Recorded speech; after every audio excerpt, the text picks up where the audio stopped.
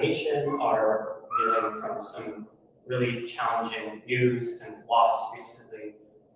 Our thoughts are with everyone impacted. We hope that this live stream can bring a little bit of joy to our mornings.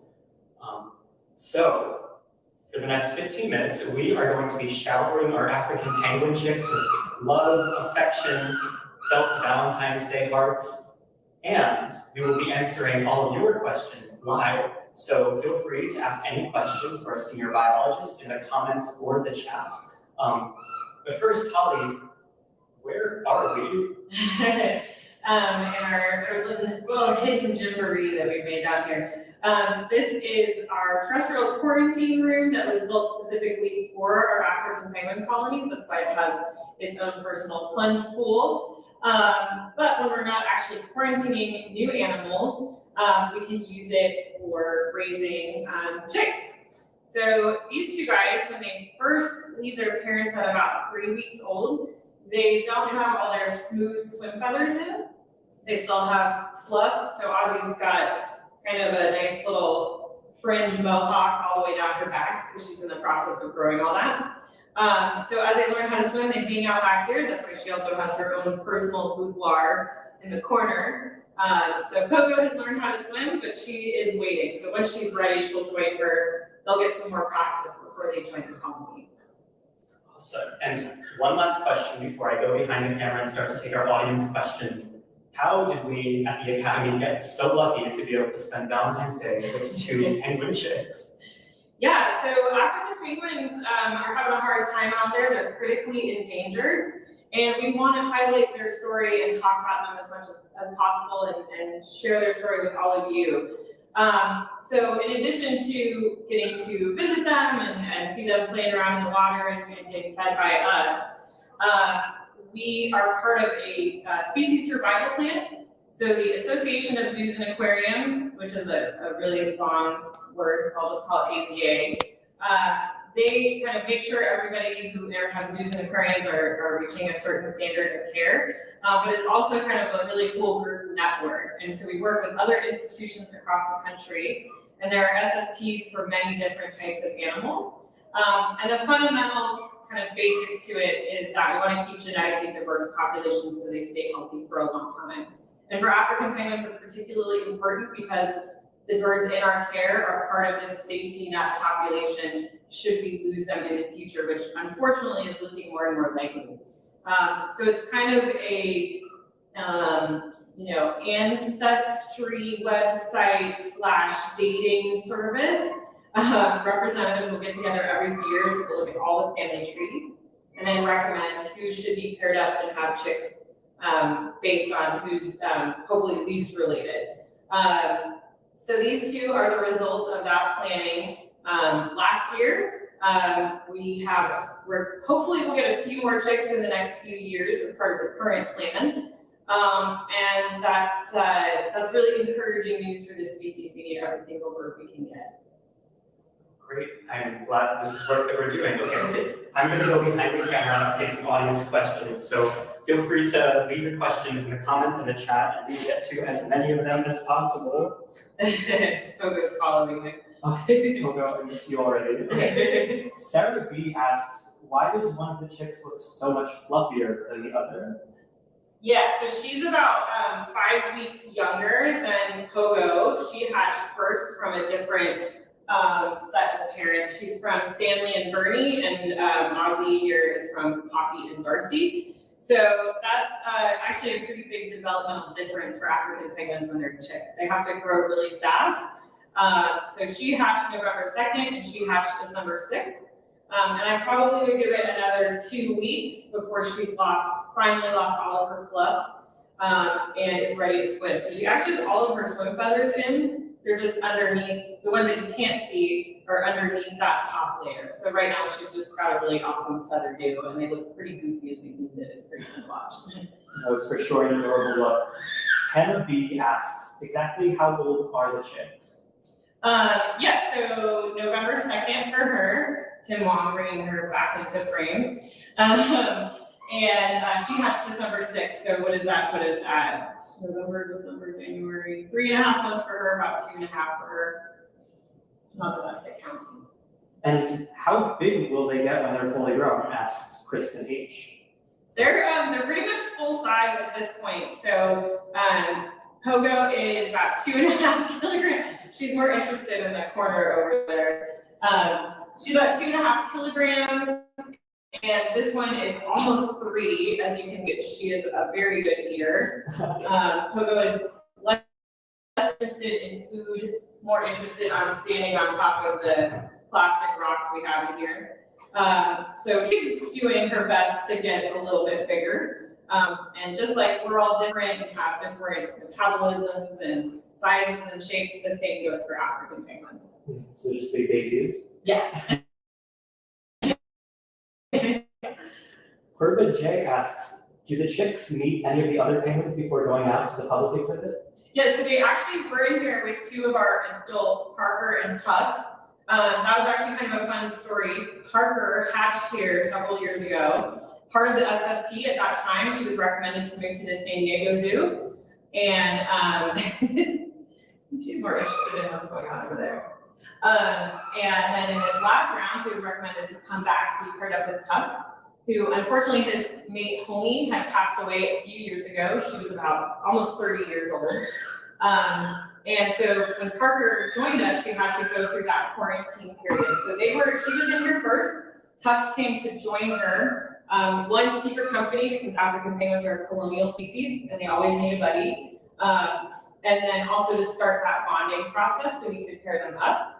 And then once the chicks were big enough, they joined them. So they were in here with some buddies for a little while, but the adults were ready to go join some other adults. Yeah, I'm sure. Jessica H asks, are their parents also at the academy? Yeah, so all their parents are at the academy. Her parents, Darcy and Poppy, are our orange-banded couple, and Pogo's parents, Stanley and Green, are our turquoise couple.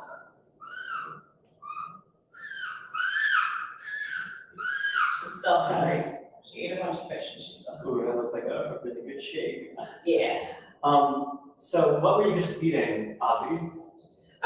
So she was getting Caitlin, and right before we went live, she got 2 herring and a vitamin in it to supplement what kind of gets lost in the freezing thawing process. So those are sustainably harvested fish. The sardines and anchovies that they eat in South Africa are probably overfished and one of several causes to their decline right now. And Kevin S asks, do they eat different food when they're first born? Like, is there penguin baby food? Yeah, kind of. So the parents will regurgitate fish in kind of like a slurry, like small chunks. I've actually been trying to look up exactly what African penguins are doing because there are different species of penguins that will hold on to their fish for longer so it digests more, so it turns into more of a slurry, which sounds delicious. And then when we're feeding them, if a parent, say, isn't successful in raising their kids, it happens a lot, then we'll raise them and they'll get tube-fed fish shake. So James, who's in charge of our commissary and all the food that the animals in the academy eat, he gets to make a lovely fish shake, which includes herring and capelin, but also probiotics and vitamins and minerals. And so when we first pull them too, they're getting a combination of that shake in addition to small chunks of fish, and then they just slowly graduate up to whole fish. Margaret T asks, what do they do with all the toys and pieces of fabric? So the parts are made out of our nesting material. It's actually a car wash material, which is the most important so I can wash it in the washing machine easily. But penguins will collect twigs and branches and leaves in South Africa to line their nest with to make the right temperature and humidity for the eggs to develop. So we give them the car wash material here. And then these guys and then they'll collect it and bring it back to the nest, which we just gave them some first in the habitat earlier. These guys are a little young to know exactly what they're supposed to do with it yet. She's just wondering if she can eat it, I think. But we want to create a dynamic, enriching environment. So we'll move the stepping stones around all day. This is for like preschool kids. I found them in a school discount supply catalog, which is kind of fun. So we'll put a variety of like pool toys, the ball pit balls, those. Just yesterday we had some footballs in here for on Sunday for the Super Bowl. So just to create a kind of changing environment, they'll interact with some of it they just navigate around, but we want to keep it changing and keep it interesting, which is also why some of our arts is on the wall. This is actually Tim's. These are Tim painted these. Talented by Yeah. Adele asks, how big are the eggs they hatched out of? Good question. So I actually have an egg, and I have these are real egg shells. There's nothing in them anymore. These are from an egg that didn't develop. So this is the size of a penguin egg. It's not that much bigger than a chicken egg. And it takes about 37 days for it to develop. 1%. Wow, that's like a little bit bigger than a chicken egg, you would say? Interesting. Jessica Z wants to know, what species of penguins specifically are these guys, and where do they come from? Yeah, these are African penguins, and they come from South Africa and Namibia. They're the only species in Africa.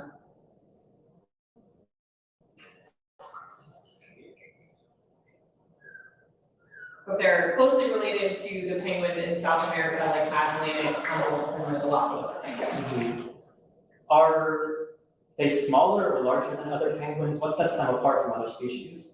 Yeah, so the group of penguins they belong to are called banded penguins. So the Magellanic, Humboldts, and Galapagos, and the Africans all look very similar.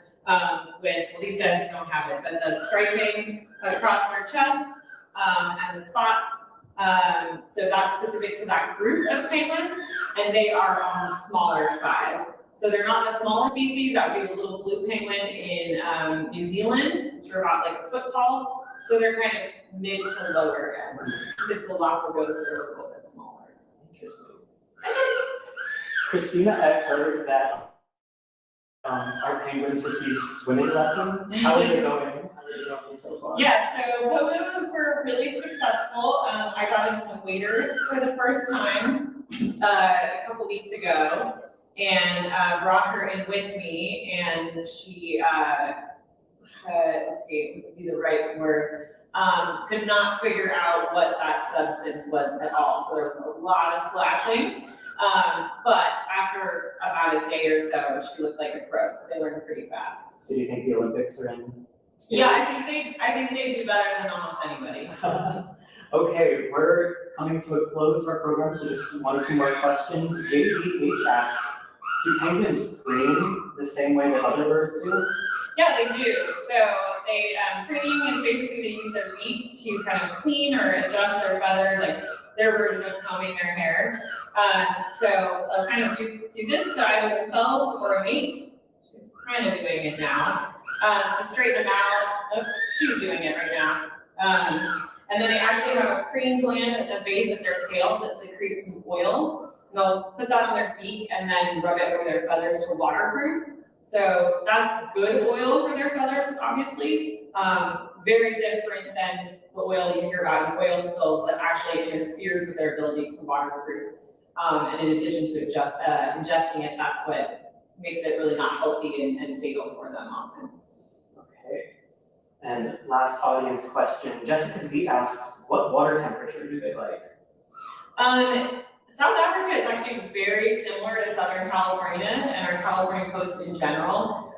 They also have kelp forests, so it's really kind of cool to go down to Cape Town and feel like you're almost right back in San Francisco. So the water temperature can vary in our habitat from about 55 to 65 degrees. They can handle a little bit more of a range than that in South Africa.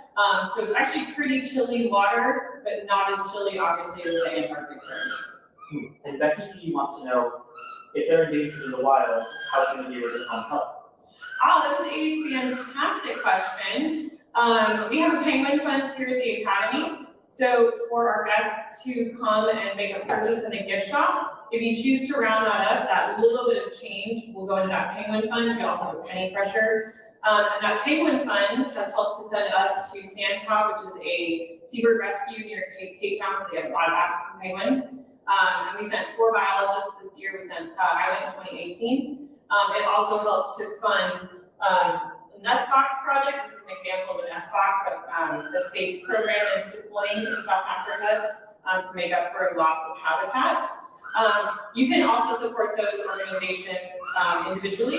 If you go to Sandcock's website, you can help them out by adopting a penguin. Okay, so we at the Academy are lucky enough to spend time with these penguins behind the scenes, but when can some of our viewers at home see them on the public exhibit? So these guys should be out sometime next month. We want to give them enough time to adjust to swimming and being good at it before they have to contend with the adults, who will probably give them a little bit of a hard time at first, but usually they're just curious about who the new guys are, and they'll figure out where they fit in the colony. So it's always kind of fun to watch those dynamics change. So about a month, they should be out by then. But of course, you can see our colony anytime. Yes, of course. Thank you so much for answering some of our viewers' questions. If you've fallen in love with the penguins, which, let's face it, is impossible to not, there are many ways you can watch them. We have 24-hour live cams streaming on our YouTube page. We have a Twitch page at Hey Cal Academy. If you want a more in-depth look at our penguin colony, you can download the Pocket Penguins app. Or of course, you can always visit our African penguin colony in real life at the California Academy of Sciences. So from Ozzy, Pogo, and all of us here at the California Academy of Sciences, happy Valentine's Day.